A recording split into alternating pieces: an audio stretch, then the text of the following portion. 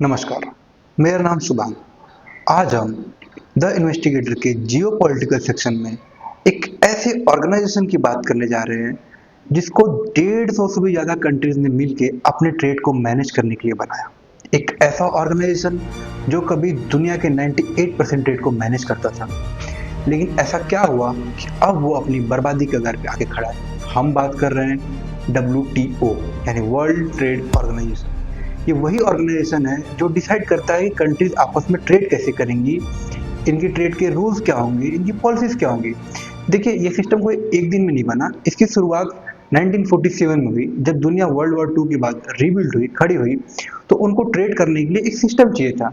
तो इंट्रोड्यूस हुआ GATT यानी general agreement on tariff and trade. लेकिन GATT में बहुत सारी लिमिटेशंस थी। GATT का स्कोप सिर्फ गुड्स के ट्रेड तक ही लिमिटेड था।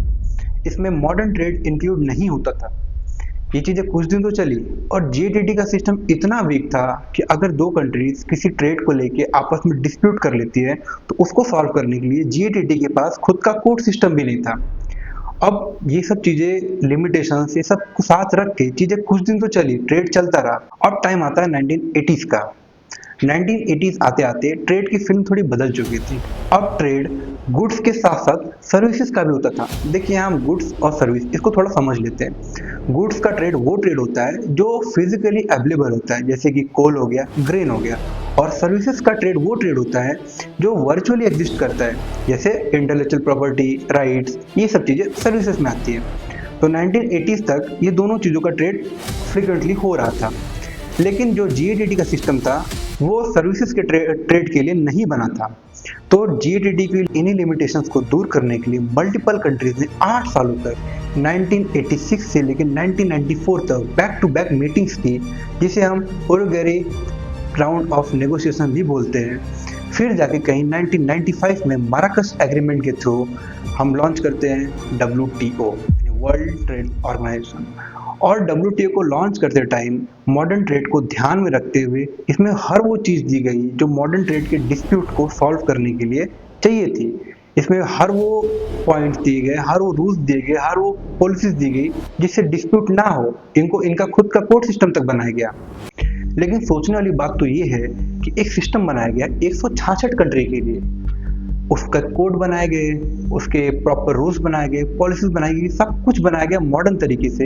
लेकिन फिर भी आज वो सिस्टम में क्रैक दिखने चालू हो गए। ऐसा क्या हो रहा है WTO के साथ कि WTO के director general doctor Ngozi Okonjo Iweala, sorry अगर मैं थोड़ा नाम मिस प्रोनाउंशिएट कर रहा हूँ, तो इन्होंने खुद प्रेस कॉन्फ्रेंस करके, और ये WTO की रिपोर्ट में मेंशन है, इन्होंने खुद बोला है कि मल्टीलेटरल कॉर्पोरेशन अब खतरे में है। यानी साफ साफ शब्दों में बोले तो अब कंट्रीज साथ मिलकर ट्रेड करना नहीं चाह रही, मतलब कंट्रीज अब ग्लोबल रूल को फॉलो नहीं कर रही हैं। और इसका सीधा इम्पैक्ट हमें ट्रेड के ग्रोथ पे भी देखने को मिल रहा है। जो ट्रेड 2024 तक ग्रो कर रहा था, 2025 में WTO ने बोला कि ट्रेड गिर के -0.2% रह जाएगा। बट AI बूम और टैरिफ की डर की वजह से ट्रेड ग्रो करके 4.6% तक गया। एंड 2026 मार्च WTO की रिपोर्ट ये बोलती है कि ट्रेड वापस से गिर के 1.9% तक रह जाएगा। अगर मिडिल ईस्ट की टेंशन कम नहीं हुई तो ये गिर के 1.4% भी आ सकता है। देखिए, ये सब चीजें हो क्यों रही हैं, ये समझना जरूरी है। WTO की रिपोर्ट के अकॉर्डिंग सिर्फ एक साल में 3 ट्रिलियन की ट्रेड पर नए रिस्ट्रिक्शंस लग चुके हैं। मतलब 74 लाख करोड़ रुपए से भी ज्यादा की ट्रेड पर नए रूल, टैरिफ या बैन लग चुके हैं।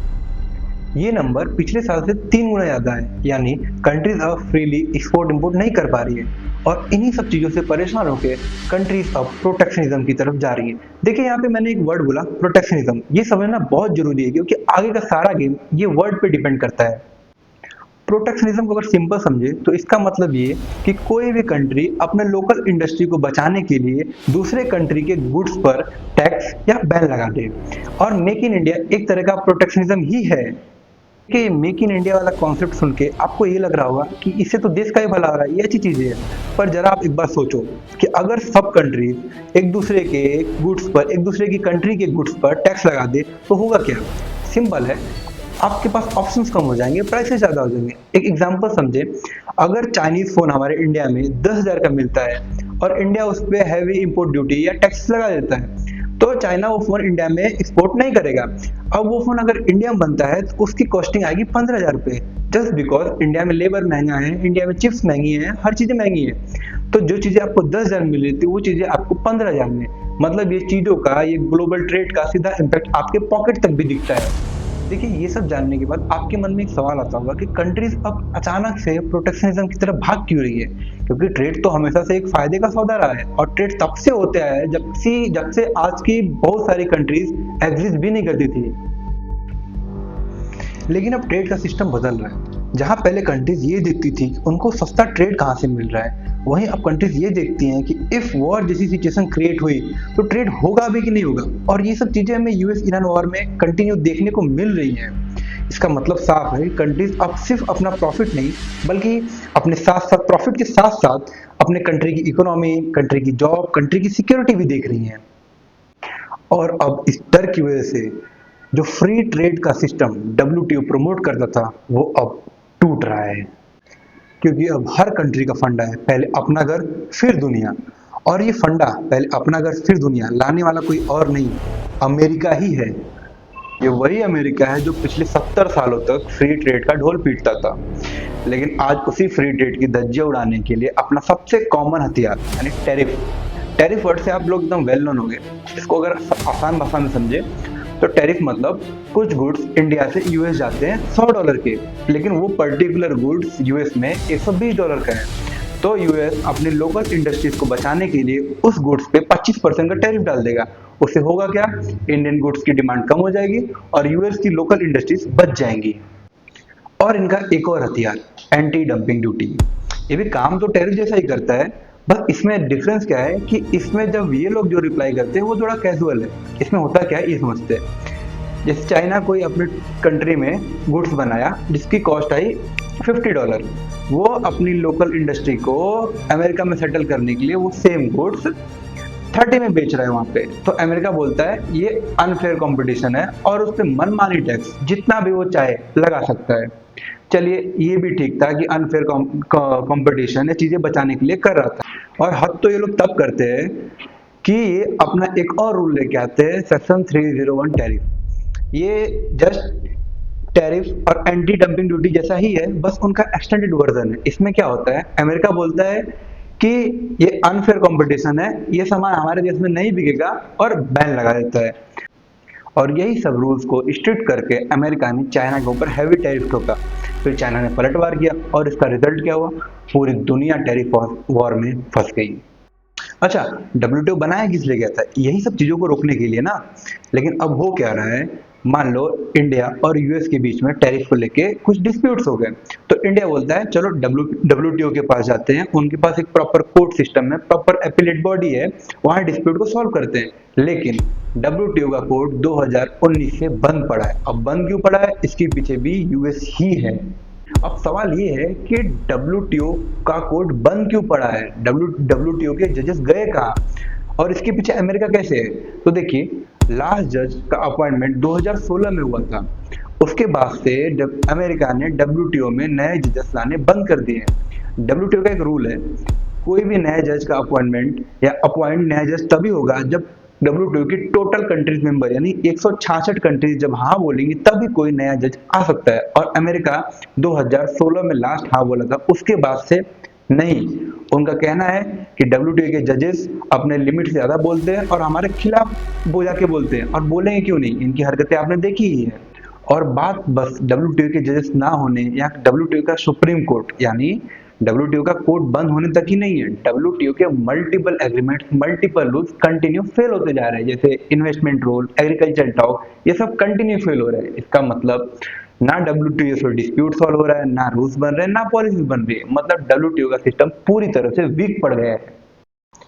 और ये सब चीजें देखते हुए हम ये बोल सकते हैं कि डब्ल्यूटीओ का सिस्टम पूरी तरह से पैरालाइज हो गया है, ना कोई डिसीजन लेने वाला है, ना कोई सजा देने वाला है। अच्छा ठीक है, हुआ। अब अगर दो कंट्रीज के बीच में डिस्प्यूट हो जाए तो उसको सॉल्व कौन करेगा, कोई नहीं। अब कोई इंटरनेशनल रूल ही नहीं, इंटरनेशनल पॉलिसीज ही नहीं, अब कुछ भी नहीं हो सकता इंटरनेशनल लेवल पे। अच्छा, ये तो बात हो गई कि वर्ल्ड लेवल की डब्ल्यूटीओ क्या हो रहा है, दुनिया में क्या चल रहा है। अब हम बात कर रहे हैं इंडिया क्या कर रहा है यहाँ पे। देखिए, इंडिया यही सब मनमानी से बचने के लिए, ये टैरिफ से, ये डिस्प्यूट से बचने के लिए एक बहुत मास्टरमाइंड वाला गेम खेल रहा है, जिसे हम प्रोटेक्ट प्लस कनेक्ट, ये बोलना सही रहेगा इसके लिए।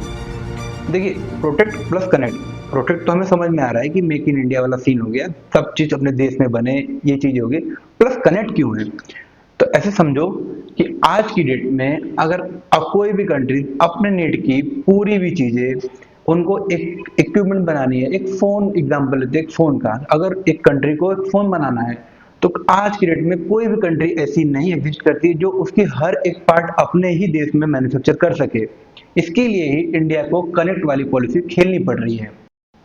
आपको याद होगा तो कुछ दिन पहले इंडिया में ईयू यानी यूरोपियन यूनियन की executive head Ursula von der Leyen India आई थी, और इन्होंने इंडिया आके कुछ चीजों पर डायरेक्ट डील की।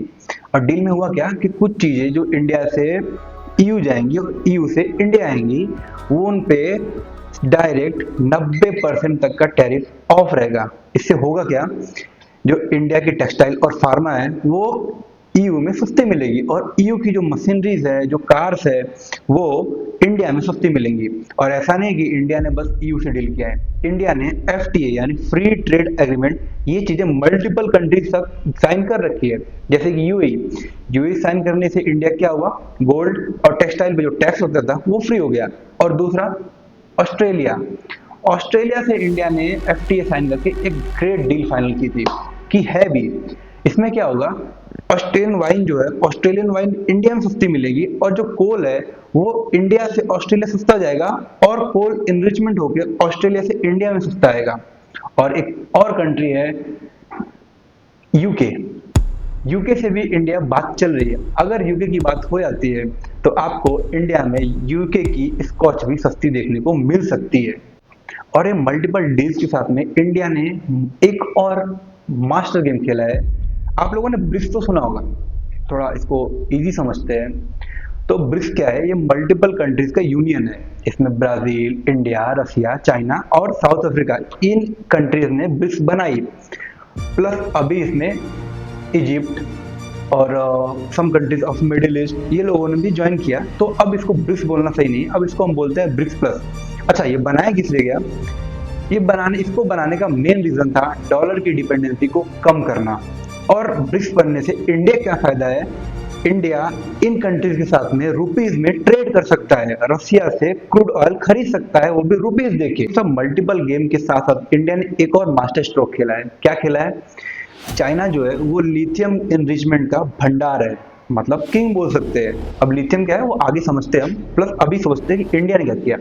इंडिया अर्जेंटीना और ऑस्ट्रेलिया से लिथियम डायरेक्ट इंडिया लाने का एक एग्रीमेंट साइन करके है। इससे होगा क्या, जो लिथियम चिली, अर्जेंटीना और ऑस्ट्रेलिया में होगा वो डायरेक्ट इंडिया आएगा और इंडिया में ही रिफाइन होगा। अब देखिए, लिथियम क्या है, हमारे लिए बहुत इंपॉर्टेंट है। क्यों इंपॉर्टेंट है? आज ईवीज का चलन बढ़ रहा है, ईवीज में लगती है बैटरी, और ईवी ही नहीं, ईवी कार ही नहीं, बैटरी आपके फोन में भी है, बैटरी मल्टीपल चीजों में होती है, और हर बैटरी में लिथियम होना जरूरी है। और वो लिथियम आज ये वीडियो शूट होने के डे तक चाइना ही रिफाइन करता था, पर 2027 से वो चीजें इंडिया में होना शुरू हो जाएंगी। तो हम इससे चाइना को बाईपास कर देंगे, चाइना की मनमानी से दूर हट जाएंगे, चाइना की डिपेंडेंसी हट जाएगी। तो आज का सच क्या है, ये तो आपके सामने है, ये फैक्ट। और ये चीजें चेक करने के बाद हमें अब चीजें क्लियर हो गई कि अब दुनिया में हो क्या रहा है। एक तरफ डब्ल्यूटीओ धीरे धीरे टूट रहा है, और ये डब्ल्यूटीओ का टूटना एक तरीके से पावर का शिफ्ट भी है। जो कंट्रीज अपने को पहले सुपर पावर बोलती थी, वो अब सुपर पावर है या नहीं, इस पे डाउट आ गया है। कल तक जो दुनिया हमें रूल से चलती दिख रही थी, अब वो हमें अलायंस से चलती दिखेगी। इस वर्ल्ड के नए गेम में इंडिया पहली बार सिर्फ प्लेयर नहीं है, एक गेम चेंजर बनने के रूप में खड़ा है। अब सवाल ये नहीं है कि सस्ता माल कौन बेचेगा, अब सवाल ये है कि फ्यूचर कंट्रोल कौन करेगा, और इस गेम में इंडिया हमें लीडिंग पोजीशन में दिख रहा है। मिलते हैं आपको किसी और नए इंटरेस्टिंग जियोपॉलिटिकल टॉपिक के साथ इसी चैनल द इन्वेस्टिगेटर पे। हमसे जुड़े रहे, फॉलो करें, सब्सक्राइब करें।